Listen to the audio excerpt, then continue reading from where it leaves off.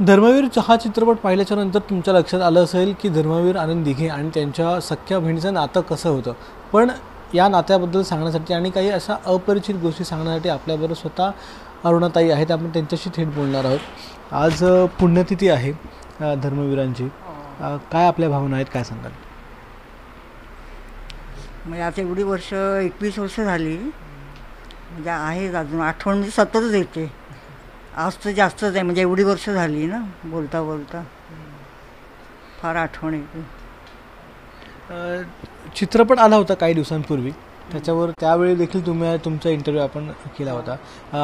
चित्रपटाच्या नंतर आता अनेक लोकांना माहिती पडलं आहे की धर्मवीर काय होते, संपूर्ण देशामध्ये माहिती पडलं आहे. तुमची देखील ओळख आता लोकांना झालेली आहे. तर लोकांचे फोनही असतील किंवा भेटत असतील लोक, तुम्हाला त्यावेळी विचारत असतील की काय आठवणी आहेत, किंवा तुम्ही आता थोडंसं वेगळं असेल म्हणजे आता म्हणजे त्या चित्रपटाच्या नंतर हां तसं येतं, म्हणजे विचारतात बरे मला.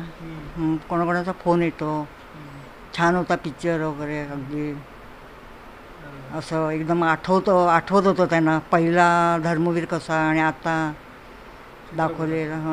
म्हणजे कळलं लोकांना पण ना कसा होता तो, आणि खरी गोष्ट आहे. म्हणजे त्याचं आयुष्य असंच गेलं. म्हणजे एक रक्षाबंधनचा आम्ही सीन पाहिला होता चित्रपटातला. तर खरं काय असायचं? म्हणजे रक्षाबंधनाच्या दिवशी तुम्हाला किती वेळ वाट बघायला लागायची? खरं आम्हाला काही अशा आठवणी सांगा ना. नाही तशी मला म्हणजे वाट बघायला नाही लागायची. बहिणी म्हणजे त्याच्या बऱ्याच यायच्या. मग मला कोणतरी आतमध्ये एक रूम होता ना असा बाजूला, तिथे मला म्हणजे बोलवायचे माझ्या मुलांना बसायला. म्हणजे कोणतरी यायचं सांगायला वगैरे, जावळे वगैरे, ताई तू इथे बस म्हणून. हां मग कोणाच्या रक्षाबंधनला पण होत्या ना, यायच्या ना त्याच्या बहिणी.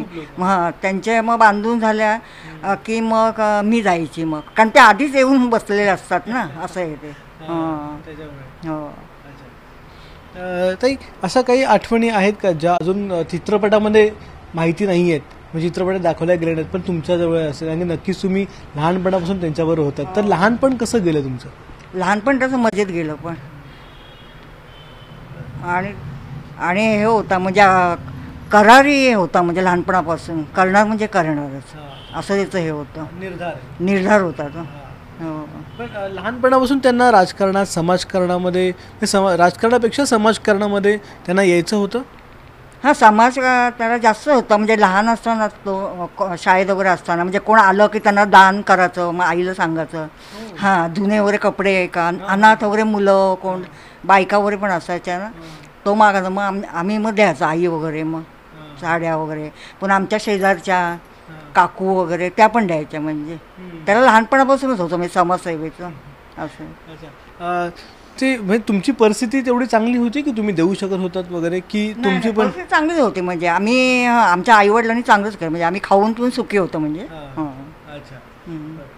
ज्यावेळी धर्मवीर किंवा दिघेसाहेब ज्यावेळी या क्षेत्रामध्ये आले, म्हणजे समाजकारण, दिवसभर राजकारण, मग दिवसभर बिझी झाले, त्यावेळी आईंचं किंवा वडिलांचं काय म्हणणं असायचं त्यांना? म्हणजे त्यांना पटायचं का की हे दिवसभर असा मुलगा आपला बाहेर आहे?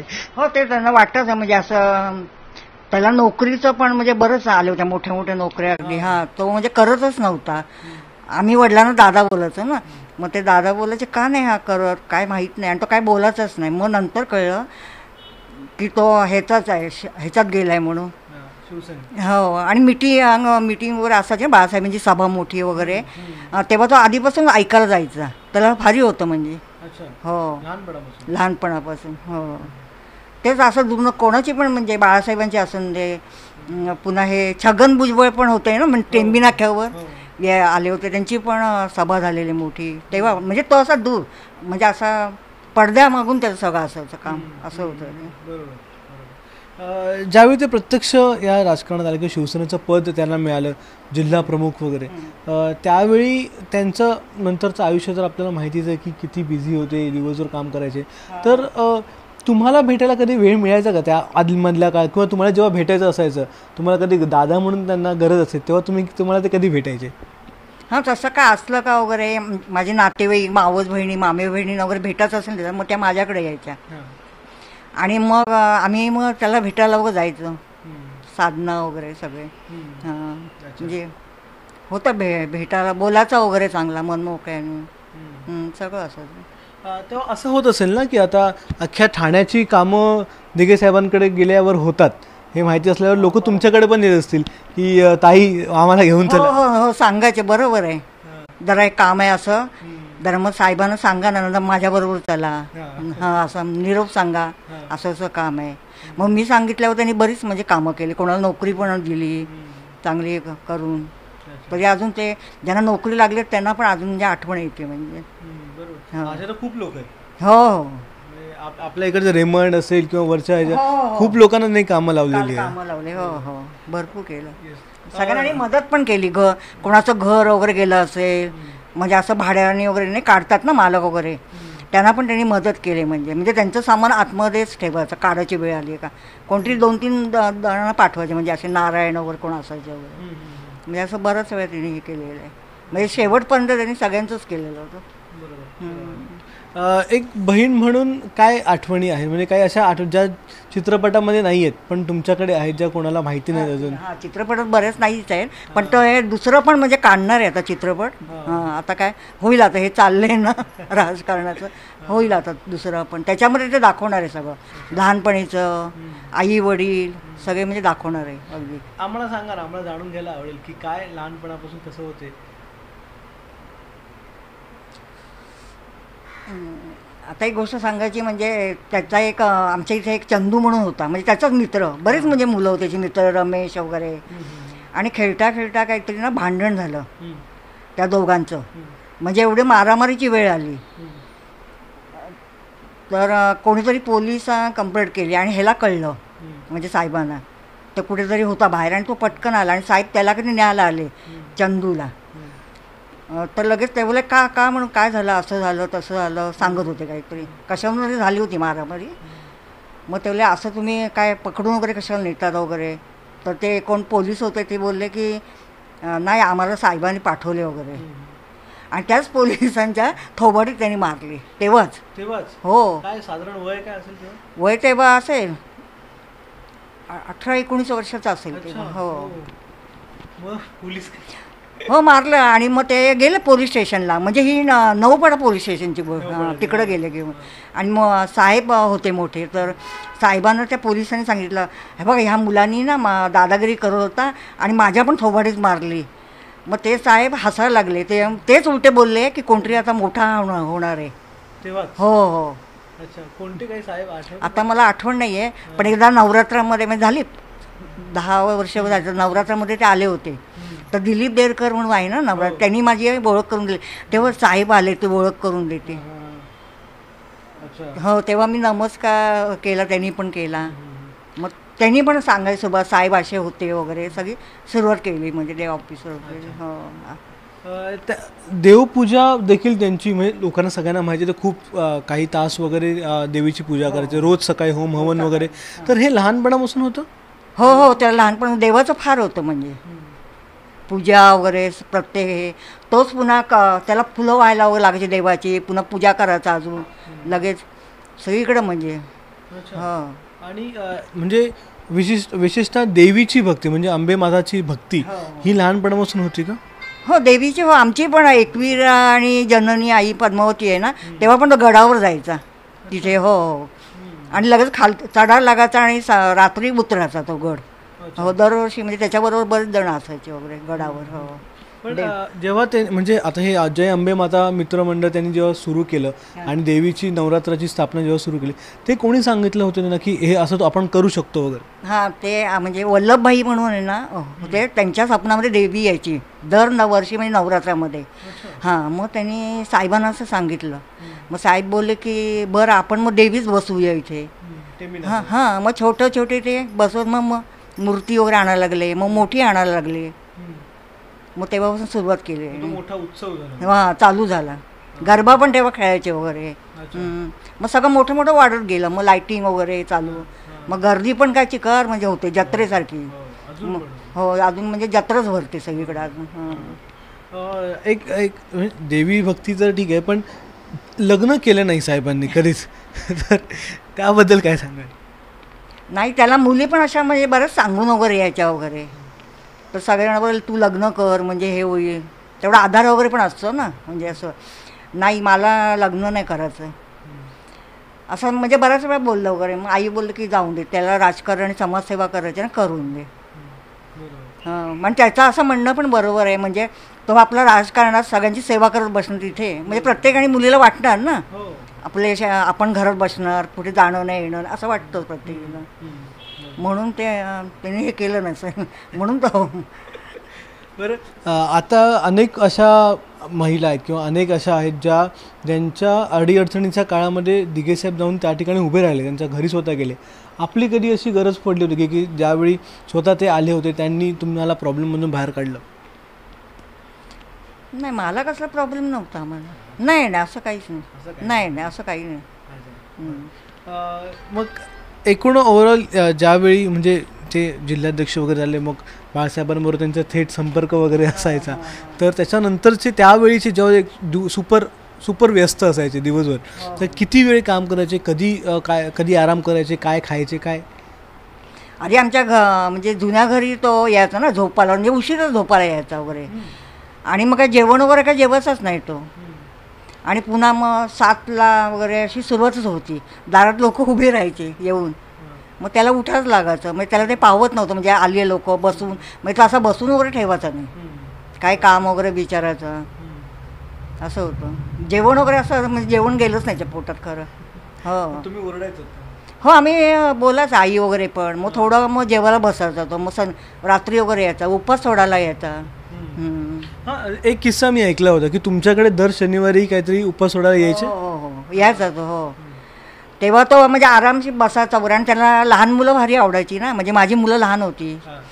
संग्राम हा एक लहान होता, दुसरी मुलगी ती आता कॅनडाला आहे ती, हां, दुसरा एक पिंकू. त्याला ती मुलं आवडत. त्यांच्याबरोबर तो त्याची एक खुर्ची होती तिथे असं बसायचा त्या मुलांना घेऊन. आणि चाळे काहीतरी करायचा, अंगठी वगैरे काहीतरी द्यायचा, पेन द्यायचा किंवा मुलांच्या कानाला लावायचा, असं चाळे करतो बसा, बराच वेळ बसायचा. हां, म्हणजे आम्ही बघितले ते दिघेसाहेब थोडेसे असे रागीट, चिडकर, म्हणजे एकदम असं. तो तसा चेहरा दिसायचा, पण मनाने एकदम मऊ आहे तो, म्हणजे प्रेमळ आहे तसं, बरंच प्रेमळ आहे म्हणजे असं लोकांना वाटतं. आणि तेवढं धाक पण दिसायलाच पाहिजे ना लोकांना, हो की नाही, तसा प्रेमळ वगैरे. बरं, आता एवढी वर्ष झाली आहेत, 21 वर्ष झाली आहेत त्यांना जाऊन. त्याच्यानंतर ते गेल्याच्या नंतरचा काळ कसा होता? म्हणजे अजून पण त्यांना मिस करता, त्यांच्या आठवणी प्रचंड येत असतील? आम्हाला येते रोजच, म्हणजे आठवण यायची काय असलं का वगैरे. आज तर म्हणजे काय आज झालेला असा प्रकार तर डोळ्यासमोर दिसतो, जे घडलं वगैरे गोष्टीच्या, म्हणजे अशा आठवण येते कसं हे डोळ्यासमोर. तेव्हा काय त्याचंही झालं तेव्हा मी दवाखान्यात होती. मला मी म्हणजे हेच झालं होतं, मला दवाखान्यात ॲडमिट होते तेव्हाच, जेव्हा कळलं तेव्हा मला. आणि कोणी ठेवलं, कधी ठेवलं मला माहीत नाही. मग त्याला मग दाखवायला मला तिकडं होतं ना टेमिनाकडे ठेवलेलं, तेव्हा मग मला दवाखान्यातनं तिथे नेलं. हो, शक्तीस्थळ टेंबिनाकडे त्याचं ठेवलं होतं. हां, दर्शनासाठी. आधी ऑफिसमध्ये आणलं होतं, मग सकाळी काय मला वाटतं ठेवलं होतं दर्शनासाठी टेंबी नाक्यावर. हो, तेव्हा काय मला शुद्धच नव्हती, म्हणजे कसं काय वगैरे. म्हणजे सगळेजण मग बोलतात की तू जसा हात वगैरे पण फिरवला वगैरे, तोंडावर वगैरे, पायाच्या इथे वगैरे असं. म्हणजे मला काहीच नाही, गुंगीच होती मी म्हणजे तेव्हा, असं होतं. खूप मोठा धक्का असेल तुमच्या मला तेच ऐकल्यावर. तेव्हा आम्ही काय ते बघायला पण गेलो होतो दवाखान्यामध्ये त्याला, मी, माझे मिस्टर, माझी मैत्रीण इथली सविता वगैरे. आणि तेव्हा सगळेजण बसलेले होते, ताई बस म्हणून आम्ही वरतीच बसलो होतो. मग म्हटलं कोणतरी भेटायला वगैरे आले असतील, म्हटलं मग नंतर जाऊ, पण तरी मला हे केलं नाही. मग सगळे भराभर राज ठाकरे वगैरे पण भेटायला आले होते, तर बुधवजी आले होते. म्हटलं आले असते कामाला, एवढं डोक्यात काय आलं नाही. नारायण राणे वगैरे सगळे आले होते. म्हटलं असेल त्यांचं काम, म्हणून नंतर जाऊया म्हणून मला बसूनच ठेवलं होतं बाहेरच त्याच्या इथे. आणि मग नंतर मला मग ते मोदा जोशी होते ना, ते मला बोलले, पुन्हा अनिल सावे, अगं आऊ तू आता घरी जा आता. म्हटलं काय झालं, एवढं काही डोक्याला आलंच नाही माझ्या प्रकार ना. काय झालं नाही, त्यांची तब्येत जरा बरी नाही आहे, त्याला काय पंप वगैरे हे देत होते ना येण्यासाठी वगैरे, त्या बरी नाही, जरा सलाईन वगैरे लावतात वगैरे, तू जा आणि नंतर मग पुन्हा परत ये, आम्ही करू फोन तुला. मग आम्ही परत गेलो. मग माझ्या मैत्रिणीकडे इकडे बसली होती जाऊन वगैरे, मिस्टर वगैरे. आणि मग नंतर मग बातमी कळली, जास्त तब्येत झाली. मग सगळ्यांना हळूहळू बोलायला लागले ना. तेव्हा म्हटलं काय झालं, माझी मैत्रीण वगैरे, तिच्या शेजारचे वगैरे. मग तेव्हा माझ्या कानावर शब्द आला की साहेबांची तब्येत जास्त आहे. मग मी त्या सविताला वगैरे बोलली तर मला घेऊन काय झालं एवढं.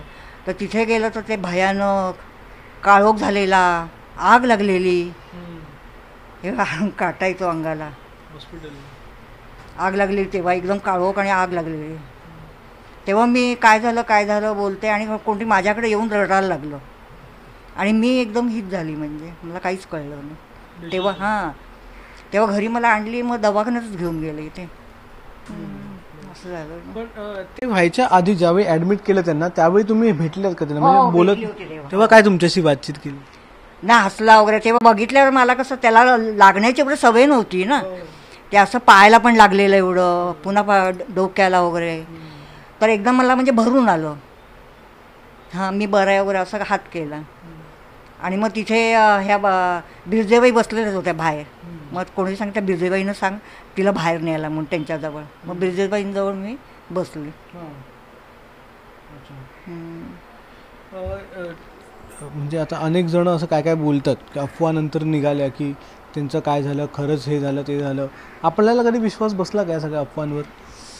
नाही, म्हणजे आता बोलायचं आता काय, आता कोणाचं नाव पण घेताना येत नाही. म्हणजे पण ज्याचं झालं ना तेव्हा मला म्हणजे कळलं. म्हणजे असं कोर्टामध्ये केस पण करणार होते वगैरे. ते मोरे आहेत ना आपले, रघुनाथ मोरे वगैरे, ते पण बोलले की आपण कोर्टामध्ये केस करू वगैरे असं. मग नंतर काय बंदच झालं, मग काहीच विषयच नाही निघाला. आपण कधी गेलात का म्हणजे बाळासाहेबांना भेटायला, किंवा असं म्हणतायत की काय नेमकं, किंवा दुसऱ्या कोणत्या मोठ्या व्यक्तीला आपण चौकशी करा त्या पूर्ण ह्याची? असं मी त्यांना नाही बोलायला नाही गेली बाळासाहेबांना. हो, तसं विचारलंच नाही मी. आता जे काही सुरू आहे, म्हणजे आता तुम्ही मगाशी उल्लेख केला राजकारण सुरू आहे, तर ते तुम्हाला पटतंय का, किंवा दिघे साहेबांना काय वाटलं असतं यार आत्ताचं झाले ते? तसं त्याला म्हणजे काय वाटलं, आणि त्याचं ना स्वप्न होतं ठाण्याचा मुख्यमंत्री झालेला बघायचं होतं त्याला. हो, आणि ते शिंदे साहेबांनी ह्याच वेळी म्हणजे साकार करून दाखवलं. हे खरी गोष्ट आहे. म्हणजे ती बोललेले तुम्हाला, किंवा? हो, म्हणजे आम्हाला कसं जुन्या घरातनं ऐकू यायचं ना. आम्ही इथल्या आतमध्ये आणि तो बाहेरनं बोलायचा. म्हणजे कसं आमदार खासदार असे निवडून आले ना, ते काय त्यांचा एवढे तेवढे पाहिजे असतात ना तेव्हा इथं मुख्यमंत्री. तर ते आता बघा, कधी पण आता आपल्याला ठाण्याचाच मुख्यमंत्री बघायचं नेहमी, म्हणजे असा बोलायचा निवडून आला का. आणि ते तसंच झालं. म्हणजे दिघे साहेबांचं स्वप्न एका पूर्ण आलं. साहेबांनी साखर केलं. म्हणजे नाही, तीच खरी श्रद्धांजली त्यांनी दिली आज. म्हणजे आज पण त्यानं, आज पण ते येणार आहेत थोड्या वेळाने. तर ते पण नेहमी हेच बोलतात की मी दिघे साहेबांचं स्वप्न होतं की मुख्यमंत्री ठाण्याचा व्हावा. तर आता तुमचं काय बोलणं होतं का, म्हणजे एकनाथ शिंदे यांच्यावर काही बोलणं झालं का नंतर? हो, फोन मी बोलली होती, मीच त्यांना बोलली होती. हो, साहेबांचं स्वप्न तुम्ही साकार केलं म्हणून मीच बोलली होती त्यांना. आणि मला खरंच म्हणजे आनंद झाला. ते मुख्यमंत्री झाले ना, म्हणजे का साहेबांचं स्वप्न साकार झाले. आणि कुठून तरी तो बघत पण असेल, म्हणजे आहे म्हणजे अजून त्यांना हे आवडलं असेल. हो, असेल. हो, बरोबर आहे. आणि तसं कसं शिंदे साहेबांचं आणि साहेबांचं भारी म्हणजे हे होतं पहिल्यापासून. शेवटचा प्रश्न विचारतो, तुम्ही काय बोलायचं? म्हणजे आम्ही तर साहेब बोलायचो, किंवा आम्हाला आत्ता धर्मवीर आनंद दिघे असं आम्ही वगैरे बोलतो. तुम्ही हाक मारताना त्यांना काय? आधी आम्ही त्याला भाई बोलायचो. आणि काय माहिती, मग त्याला तो शिवसेनेचं हे झालं, मग सगळे साहेब, मग तोंडात आमचे साहेबच बसलं. हो, असंच झालं. ते कधी तुम्हाला बोलायचे नाही की साहेब नको बोलू वगैरे? ना, असं काही नाही बोलायचं, काही नाही बोलायचं. हो, ठीक आहे. आज सगळेजण शक्तीस्थळावर येत आहेत, तुम्ही देखील थोड्या वेळ याल. तर आनंद दिघे यांची सख्खी बहीण अरुणा गडकरी आपल्याशी बातचीत करत होत्या. अनेक आठवणी त्यांनी आपल्याशी शेअर केलेल्या आहेत. आज खरं म्हणजे संपूर्ण ठाण्यामध्ये प्रत्येक घरामध्ये आनंद दिघे यांच्या काही ना काही आठवणी आहेत, काही ना काही असं काही गोष्ट आहे जी आनंद दिघे यांच्याशी त्यांना थेट कनेक्ट करते. आणि हे तर घर असं आहे, किंवा अरुणाताई तर अशा आहेत की त्यांच्या सहवासात लहानपणापासून शेवटपर्यंत होते. त्यामुळे अनेक गोष्टी त्यांनी आपल्याशी शेअर केलेल्या आहेत. धन्यवाद, तुम्ही ABP माझ्याशी बातचीत केली त्या संदर्भात. कॅमेरामॅन विनयसह अक्षय भाटकर, ABP माझा, ठाणे. ABP माझा, उघडा डोळे बघा नीट.